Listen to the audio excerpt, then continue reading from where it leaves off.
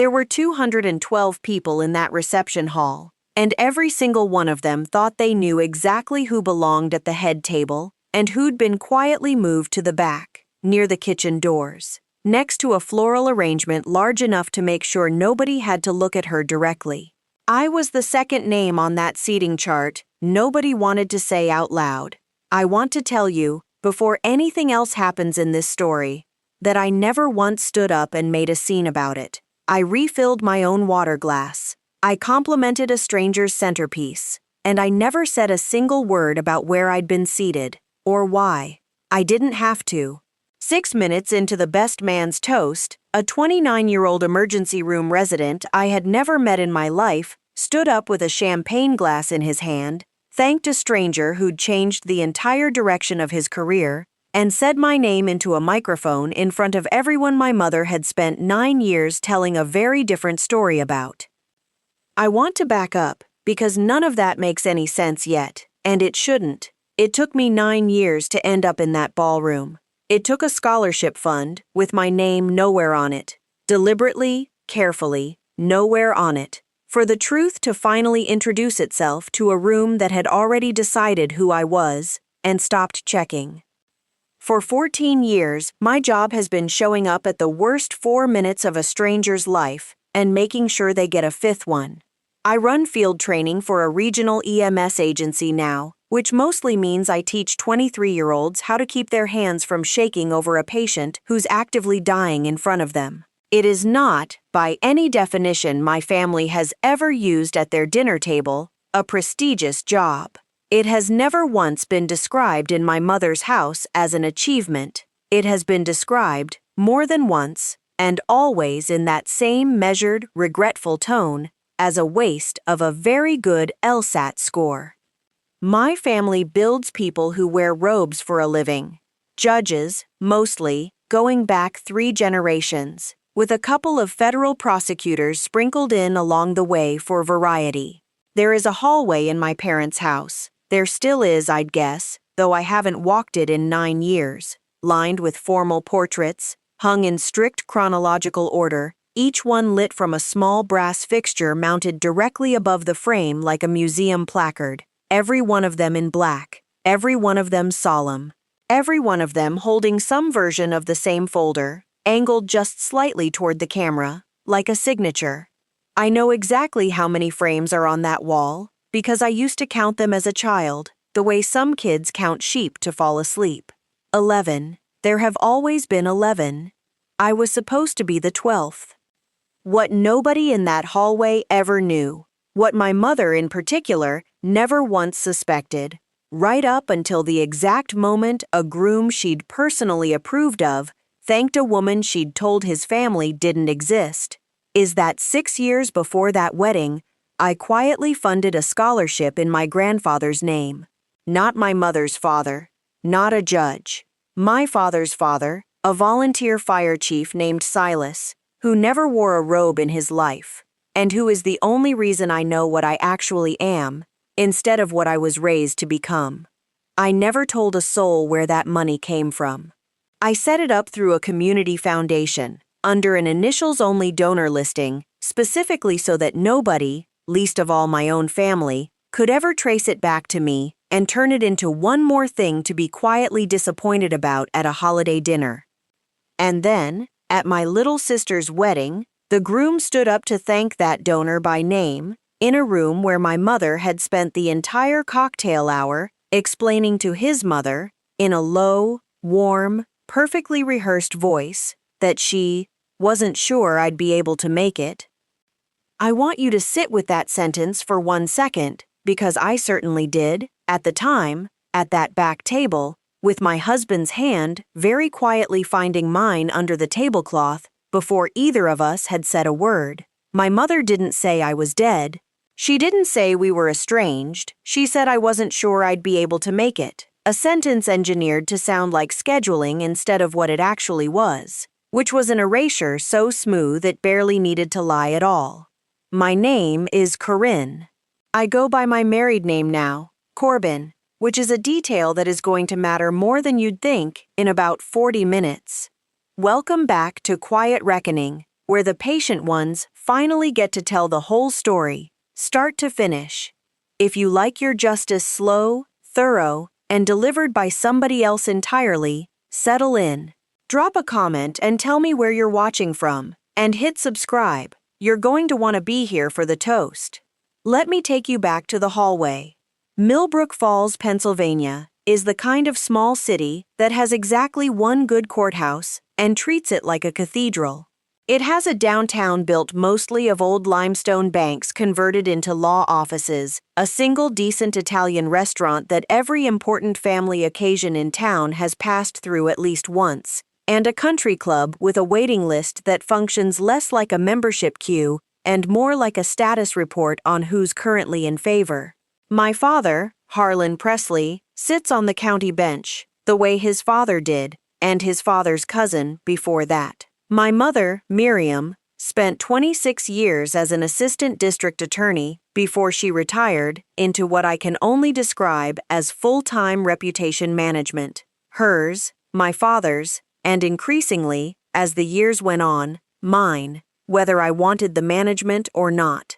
My older sister Josephine, Josie, though God help you if you called her that in front of company after she turned 25, went to law school exactly on schedule, clerked exactly where she was supposed to, and was, by every metric my family ever used to measure a life, doing everything correctly, in the correct order, at the correct time. I was doing something else. I didn't know what to call it yet, at 17, standing in that hallway of 11 portraits with my grandfather's coin already in my pocket, but I knew the blank 12th space on that wall felt less like an invitation and more like a threat with very good lighting. My grandfather Silas died when I was 12. He wasn't a Presley by temperament, even if he carried the name. My father's father, a volunteer fire chief for 31 years in a town 2 counties over. The kind of man who kept a roll of quarters in his truck for kids' vending machines and a coin in his coat pocket that he handed to rookies on their first real call. It had a single line stamped into the back, worn nearly smooth from thumbs. Carry the ones who can't carry themselves. He gave me one of those coins the week before he died, pressed it into my palm at his kitchen table like it was nothing, like it was just something he did. And nobody in my family thought that was strange at the time, because nobody in my family thought I was going to become anything they'd ever have to explain at a dinner party. They were wrong about that in a way that took them 9 years to find out. Millbrook Falls is small enough that reputation travels faster than weather. My mother used to say, more than once, that a family's name is the only inheritance that can't be spent down to nothing by one bad generation, which I understood, even as a teenager, to mean that our job, all 4 of us, was never to be the bad generation. When I was 15, a second cousin on my father's side went through a very public, very messy divorce, and I watched my mother spend 8 months quietly steering every conversation at every family gathering away from his name, the way you'd steer a car around a pothole you'd hit once already and didn't intend to hit twice. I understood, watching that, exactly what would happen to a daughter who became the pothole herself. I just didn't understand yet that I already was one. I told them at a dinner my mother had planned around my law school decision, a dinner she had already, in her own head, filed away as a celebration before it had even happened. Cloth napkins, the good china, the set with the thin gold rim that only came out for verdicts and holidays. My father had opened a very specific bottle of wine he kept for exactly 2 occasions, family milestones and jury acquittals he'd personally argued for. I waited until the salad plates were cleared. I said I wasn't going to law school. I said I'd taken an EMT course that spring, almost by accident, covering a shift for a friend who worked hospital dispatch, and that 4 minutes into my first real call, a man down in a grocery store parking lot, no pulse, a stranger already doing compressions until mine could take over, the specific sound a chest makes under real force that no class had prepared me for, I had understood something about myself that 17 years in that house had never once let me understand. My mother set down her fork with a precision I can still hear if I let myself. She didn't raise her voice. My mother has never once, in my entire life, raised her voice. She has simply lowered the temperature of a room until everyone in it agreed to be cold along with her. "You'll spend your whole career," she said, folding her napkin into a smaller and smaller square as she spoke, "in the 4 minutes before someone important actually arrives to fix it." My father didn't defend me. He also didn't agree with her out loud, which I understand now was its own kind of answer. He just refilled his glass, slowly, and asked Josie about her mock trial schedule, which was, I would come to learn, exactly how my father handled every uncomfortable moment in that house for the rest of his life. He changed the subject and let my mother's silence do the rest of the work for him. My grandmother, my father's mother, Cordelia, who by then had been widowed 9 years, and had quietly become the only person in that house who ever really looked at me, instead of through me, caught my eye across the table, and didn't say anything either. Not that night, not at that table. She waited until she was walking me out to my car afterward, the porch light throwing our 2 shadows long across the driveway, and she pressed something small and cold into my palm, and she said, "The law protects people after something's already gone wrong. You," and then she stopped, the way she sometimes did, like the sentence had simply gotten away from her mid-stride, and she just shook her head and hugged me instead, and never finished it. I still don't know how that sentence was supposed to end. I've spent 9 years turning it over on slow nights. The real ultimatum came 4 months later, after I'd already enrolled in paramedic school on my own dime, working overnight shifts at a diner off the highway to cover it. My mother called it a phase that had gone on long enough, over the phone, in the exact tone she used to use on hostile witnesses. My father, for the only time I can remember in my entire childhood, actually said something to my face instead of around it. He drove out to the diner on a Tuesday, sat at the counter during my break, and said, "If you keep doing this, don't expect this family to keep explaining you to people." I want to be fair to him, even now, 9 years and 1 ruined wedding later. I don't think he meant it as a threat exactly. I think he meant it, in his own flat way, as a prediction. He turned out to be exactly right, and I don't think that fact has ever made either of us feel any better about it. I left for good 3 weeks after that, with 2 duffel bags, a coffee maker I'd bought myself, and the coin still riding in my coat pocket. Josie didn't come out to say goodbye. She was 22 then, already a rising star at her firm's summer program, and I think, I've had 9 years to sit with this, she'd already quietly decided that whatever I was choosing was a referendum on everything she'd chosen instead, and she wasn't going to lose that particular argument by being kind to me on my way out the door. I kept working. I kept the coin in my pocket through paramedic school, through my first solo call, a highway rollover, rain coming down sideways, and me realizing halfway through that nobody was going to walk up behind me and take over, that I was the somebody now, through the specific 3 a.m. shift where I had to tell a 19-year-old's parents something no training really prepares anyone to say out loud. I made captain by 28. I started teaching field training by 31, because it turned out I was good at the part of the job nobody puts in the recruiting brochure, not the adrenaline, but the steadiness afterward. Keeping your voice level when a room full of frightened new medics needs it level. My mother would have called that a wasted talent. I came to understand it, slowly, as the only inheritance from that house I actually wanted to keep. 2 years into teaching, I did something I never told a single member of my family about, and honestly, never planned to. I'd watched enough of my own students get quietly cut off by their families for choosing this work, tuition pulled overnight, a car repossessed mid-semester, one kid who slept in his own ambulance bay for 6 weeks rather than admit it to anyone, that I started a small scholarship fund. I called it the Steady Hands Fund, after something Silas used to say to new recruits on their first shift. I routed it entirely through a community foundation, funded anonymously, earmarked specifically for EMT and paramedic students who'd been cut off by their own families for choosing this instead of something with a framed portrait attached to it. I funded it under my initials only, CPC, not even a full name on the paperwork. I didn't do it hoping to be found out one day and thanked for it. I did it because I knew exactly what it felt like to choose this and lose a family over it, and I had, by then, enough steady income to make sure at least a handful of other people wouldn't have to lose both the family and the tuition in the same year. I want to tell you about one specific call, because I think it explains more about who I became than anything my family ever said to me directly.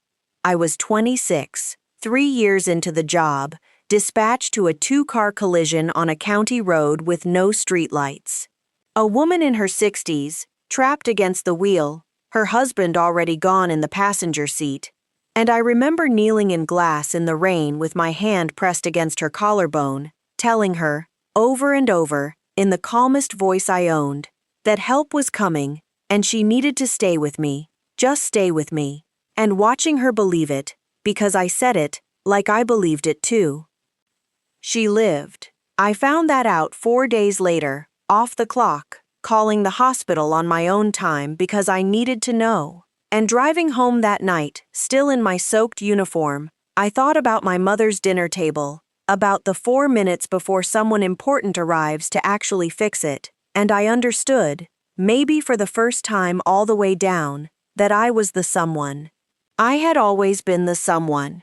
My family had simply built their entire identity around a version of importance that never once had to kneel in the rain for anyone.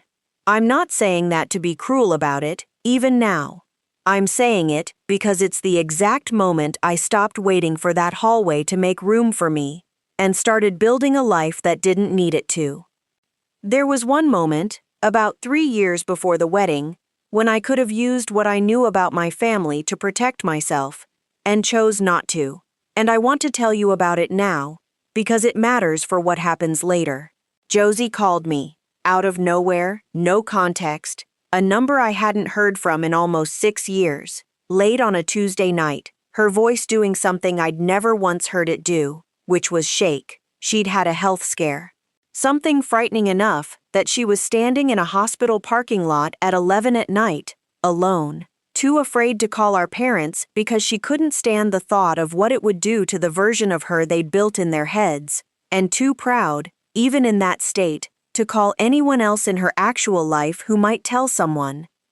She called me because I was the one person in her world who already knew how to talk someone down from the edge of a bad night. I drove 40 minutes.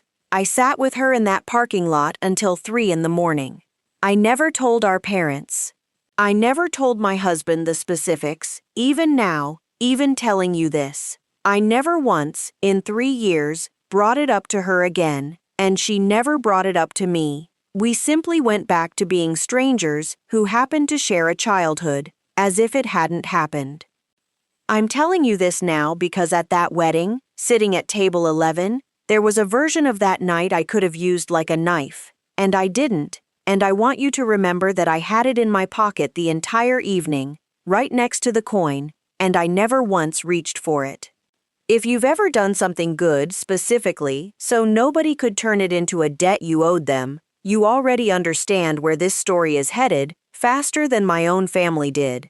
Subscribe if you want to see exactly how a scholarship with nobody's name on it ends up standing in a ballroom years later, saying mine out loud. My grandmother died the spring I turned 32. I found out 4 days after the funeral from a cousin who assumed I already knew.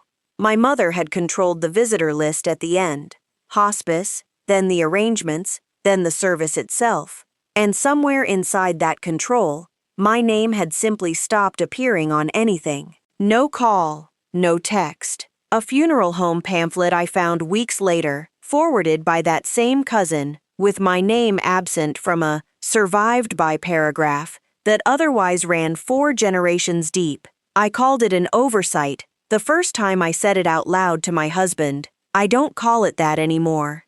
What I do have is a voicemail. Cordelia left it 11 days before she died, her voice already thinner than I remembered it, and I've never once let it play all the way to the end, because the last 11 seconds of it are her trying, one more time, to finish that driveway sentence from 9 years earlier. The law protects people after something's already gone wrong. You and I have never once been ready to hear how it ends. Some part of me is terrified it ends kindly. Some part of me is terrified it doesn't. I met my husband on a mutual aid call 18 months after that. A 3-alarm apartment fire on the edge of the county. My crew running rehab for his engine company at 4 in the morning. Both of us too tired and too soot-stained to perform anything for anyone. Nate Corbin, fire captain, steady in a way that never once asked me to explain myself before he'd decide whether I was worth knowing. Our first real conversation happened over a shared thermos of bad coffee on a tailboard, and it took him 4 dates before I told him anything real about my family at all. When I finally did tell him the whole story, the hallway, the 11 portraits, the coin, the sentence Cordelia never finished, he didn't tell me I should reconcile, and he didn't tell me I shouldn't. He just said, "Sounds like you already know exactly who you are." That's usually the part people spend their whole lives looking for. We got married 2 years later at a small county park under a single oak tree, 40 guests, no cloth napkins, no gold-rimmed china. I sent my parents an invitation anyway, because some part of me still needed to know I'd tried. It came back 3 weeks later, unopened, with my mother's handwriting on the front in place of a return address, "Not at this time." Our son Micah was born the year after that. I started, without really planning to, telling him about a fire chief he'd never get to meet, about a coin that meant something, about the difference between the 4 minutes before help arrives and everything that has to happen after. I did not tell him about the hallway of portraits. Some inheritances, I decided quietly, while rocking him at 2 in the morning, were going to end with me. Josie's wedding invitation arrived 11 months before the wedding, which surprised me more than almost anything else in this story up to that point. Heavy cardstock, embossed. My married name spelled correctly, Mr. and Mrs. Corbin, which meant somebody in that family still had my current address on file, which meant this wasn't an oversight either. Nate asked, gently, if I actually wanted to go. I sat with it for 2 weeks before I said yes, and even then, I set the same ground rules for myself that I imagine you'd set walking back into any room that's hurt you before. Go. Be brief. Don't perform anything for anyone. Leave the second it stops being worth it. Nate asked me the question directly, the night I finally opened the envelope at our kitchen table. What are you actually hoping happens if you go? I sat with that longer than I expected to. Not reconciliation, I told him eventually. I'd stopped hoping for that particular outcome years earlier. Somewhere around the unopened wedding invitation coming back with "not at this time" written across the front in my mother's hand. What I wanted, I told him, was simpler and harder to admit out loud. I wanted to walk into that room once, as exactly who I'd actually become, and not flinch. He asked if I needed him there. I told him I needed him there more than I'd probably ever admit to him directly, which is its own kind of answer, and he took the week off work without me having to ask twice. I looked up Josie's fiancé exactly once online, out of the same reflex that makes you check a stranger's name before you shake their hand. Elliot Whitfield, a resident physician, from a well-regarded family 2 counties over, his mother a hospital board chair named Dr. Patrice Whitfield. Somewhere in that same quick search, I noticed his family's foundation ran an EMS training partnership with a teaching hospital. A small detail I registered and then, genuinely, let go of. The way you let go of most small details that don't seem to be about you. I want to be honest with you. Even now, even having lived through everything that came after, I don't think I ever consciously connected that detail to anything until the exact moment he stood up with a glass in his hand. The seating chart told me everything I needed to know before I'd even finished my first glass of water. Table 11. I noticed the number before I noticed anything else, and I'll let you sit with that the way I had to, near the kitchen doors, wedged between a second cousin I'd never met and a centerpiece clearly chosen for its coverage radius rather than its color scheme. My mother found me in the hallway outside the reception room before dinner, air-kissed a spot near my cheek that never actually touched skin, and said, in front of Josie's new mother-in-law, Dr. Whitfield, in a voice pitched for an audience, "You made it! I wasn't sure you'd be able to."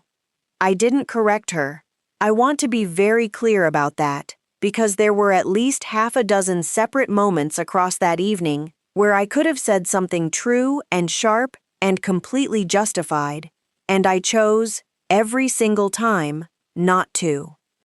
Josie herself found me near the bar an hour later, not unkind exactly, just brisk, the way you'd handle a logistical problem before it became a bigger one. "Try not to make this a whole thing," she said, glancing past me toward her new in-laws table. "Elliot's family doesn't really know the situation." "What situation is that?" I asked her, and she looked at me for a second, like the question had actually cost her something to answer honestly, and then she said, "That we have one," and walked away before I could ask what she'd actually told them instead of the truth. My father found me once, briefly, near the coat check, while Nate was walking Micah around outside to burn off the last of his energy before dinner service. Harlan Presley has aged into a quieter man than the one who drove out to that diner 9 years ago, grayer, slower to meet my eyes, and for a second, just a second, I thought he might actually say something real. What he said instead was, "You look well, Corinne," which is the specific sentence my father has always used, in place of every harder sentence he's never once managed to say to me. I told him he looked well too. That was the entire conversation. It lasted maybe 11 seconds, and I've thought about it more than almost anything else that happened that night. An old family friend, a Millbrook Falls attorney named Bennett Cross, who'd known me since I was in diapers, stopped me by the gift table and asked, kindly enough, "And you are? Remind me?" When he read my place card, Corbin, not Presley, he'd known me my entire childhood and genuinely didn't recognize the name on the card in front of him, because 9 years is a long time to go by a name nobody in your family ever says out loud anymore. I told him I was Miriam's younger daughter. I watched something shift and recalibrate behind his eyes in real time. A whole silent paragraph of "oh," that daughter passing behind his expression before he recovered his smile. I would find out during the toast exactly how far that recalibration had already spread through the room. If you're still with me, subscribe now, because in about 2 minutes a groom who has no idea what he's about to do is going to stand up with a glass of champagne, and I promise you, every single lie at that table is about to run out of road at exactly the same moment. The best man went first. Ordinary, warm, forgettable, in the specific way good best man toasts usually are. Then Elliot stood, tapping his glass, and I want to tell you I had some kind of premonition in that moment, but I didn't. I was checking on Micah, asleep against Nate's shoulder, 2 tables away, when Elliot started talking about the year his own parents had pulled every dollar of support the day he told them he was choosing emergency medicine over the corporate track his father had already mapped out for him. "I want to thank someone most of you have never heard of," he said, and the room did that specific kind of quiet a room does when it senses something real is happening in the middle of something scripted. 6 years ago, I was 2 semesters from dropping out of my paramedic program, working 3 jobs to cover what my family used to cover, when a scholarship came through that I still don't fully understand the size of. It's called the Steady Hands Fund. If any of you want to look it up later and give to it yourselves, please do. It's the reason I'm standing here tonight, in this life, marrying the woman I love. He paused. He genuinely, completely, had no idea what he was about to do to that room. I finally got to meet the person behind it 3 weeks ago, at a training conference, completely by accident. I had no idea, until that day, who it even was. It's an honor she's actually here tonight. Corinne Corbin, everyone. 212 people turned toward table 11. I didn't stand up right away. I want you to understand that. I sat there for exactly as long as it took Nate's hand to find mine again under the tablecloth, and I watched my mother's face do something I had genuinely never once seen it do in 36 years, which was fail to arrange itself in time. Dr. Whitfield turned first, toward my mother, with the calm, unhurried authority of a woman who has chaired 100 difficult board meetings and knows exactly how to ask a question that already contains its own answer. "Miriam," she said, not loudly, just clearly, "I thought you told me your daughter wasn't available to be reached." My mother opened her mouth. Nothing especially graceful came out of it. She said something about complicated scheduling that died somewhere around the third word. Josie, 3 feet away in white, said the sentence I think she'd been quietly building her entire adult life to avoid ever having to say out loud. We're not really, and then stopped, because Dr. Whitfield was still looking at her, patient and unblinking, and because Elliot, who had just discovered in real time that his new sister-in-law had apparently told his family she was an only child, had gone very, very still in the particular way people go still when they're doing fast, unwelcome math. I stood up. I want to tell you exactly what I said, because I've turned this moment over so many times since that night that I know it better than almost any other sentence I've ever spoken in my life. "Congratulations, both of you," I said, to Elliot and to Josie, and I meant every word of it. And I let that be the whole of what I offered the room. I did not correct my mother in front of 212 people. I did not explain the situation to Dr. Whitfield, though I could see, in her face, that she already understood far more than anyone had told her. And I did not reach for the hospital parking lot at 11 o'clock at night, the one piece of leverage I had carried in my pocket for 3 years, right alongside the coin, that could have taken Josie apart in front of everyone who mattered to her in under 30 seconds. I have never told anyone but you, right now, watching this, that I even could have. The coin was in my coat pocket. I felt it catch against my knuckles when I reached down to steady Micah's empty booster seat, and for just a second, I thought about Silas, about carrying the ones who can't carry themselves, and I understood, finally, sitting in that ballroom, that the sentence had never only meant strangers on the worst 4 minutes of their lives. It meant this too. It had always meant this too. The room recovered the way rooms do. A band leader found a song to start. Someone laughed too loudly at nothing in particular. The specific machinery of a wedding grinding back into motion because 200 people had all silently agreed to let it. Elliot found me by the coat check 20 minutes later, still slightly pale, and said quietly, just to me, I had no idea. I would never have said it like that if I'd known it would. And I stopped him before he could finish apologizing for something that wasn't his to apologize for. You said something true and generous about a stranger who helped you, I told him. That's not a mistake. That's the nicest thing anyone did for me all night, and you didn't even know you were doing it. I meant that. I still mean it. Josie didn't come find me again before we left. I don't think she had the words yet, and I've come to believe some people need considerably longer than one wedding reception to find them, if they ever do at all. We left about 20 minutes later, through the front entrance, past the same hallway where my mother had greeted me with a lie 3 hours earlier. Nobody stopped us on the way out. Nobody chased us down with an apology either. That's not the kind of story this turned out to be, and I'd rather tell you the true version than a tidier one. Here's the fallout ledger, as best I understand it, 6 months out. My mother has not spoken to me since that night. Through a cousin, I've heard she's told a version of the evening in which I showed up uninvited and caused a scene, which is, in its own way, One more small confirmation of everything I've told you here. Josie and I exchanged exactly one real conversation 3 weeks later, in which she apologized for the only child comment specifically, and only that, and then asked, almost as an afterthought, whether I'd ever told Elliot about the parking lot. I told her the truth. I hadn't, and I wasn't going to, because it was never mine to spend, then or now. She didn't say thank you. I think some part of her still doesn't fully believe I meant it. My father sent one text message 4 days after the wedding. Just my name, a question mark, nothing else, and I haven't answered it yet. I might.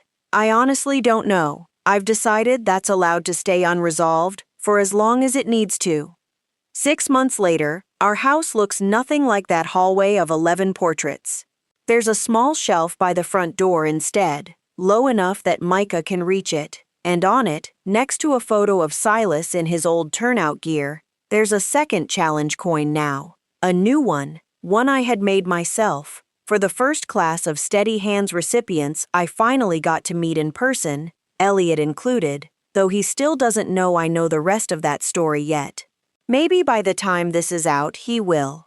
I held a small dinner for that first class 2 months ago. 11 recipients, which nobody but me seemed to notice, was exactly the number of portraits in that hallway I grew up under. I didn't plan that number. I only noticed it myself halfway through the evening, standing in my own kitchen, surrounded by 23-year-olds in scrubs and station wear, laughing too loud at something one of them had said, and I had to step out onto the back porch for a minute, alone, just to let that land. 11 people who chose this work anyway, who I got to actually watch become it, instead of counting them from a doorway like something already finished and framed. Micah handed out name tags at the door that night, very seriously, like it was the most important job in the house. Maybe, in the way that matters most to me now, it was. Some nights, still, I take Cordelia's voicemail out and hold my thumb over the play button and don't press it. I'm not ready. I may never be fully ready, and I've stopped treating that as a problem I need to solve on any particular schedule. Some sentences get to stay unfinished. I've made my peace with carrying that one the rest of the way myself. If there's a version of earning love I finally believe in, it isn't the one that hallway was built around. Love that only shows up once you've filled a blank space on somebody else's wall was never really love to begin with. It was an audition, and an audition is a performance you're always allowed to walk away from once you're ready to stop giving it. I stopped 9 years ago, in a diner parking lot with 2 duffel bags. I'm not sorry it took a stranger's toast at somebody else's wedding to finally prove to a room full of people that I'd been right to. That's my story. If you've ever built something quietly good, specifically so nobody could turn it into a debt you owed them, tell me about it in the comments. I mean that. I'll be reading every one. If this one held you the way I hope it did, share it with someone who needs to hear that the room doesn't have to know your worth for it to be real. And subscribe, because the next story's already waiting, and I promise you, it ends exactly the way it needs to.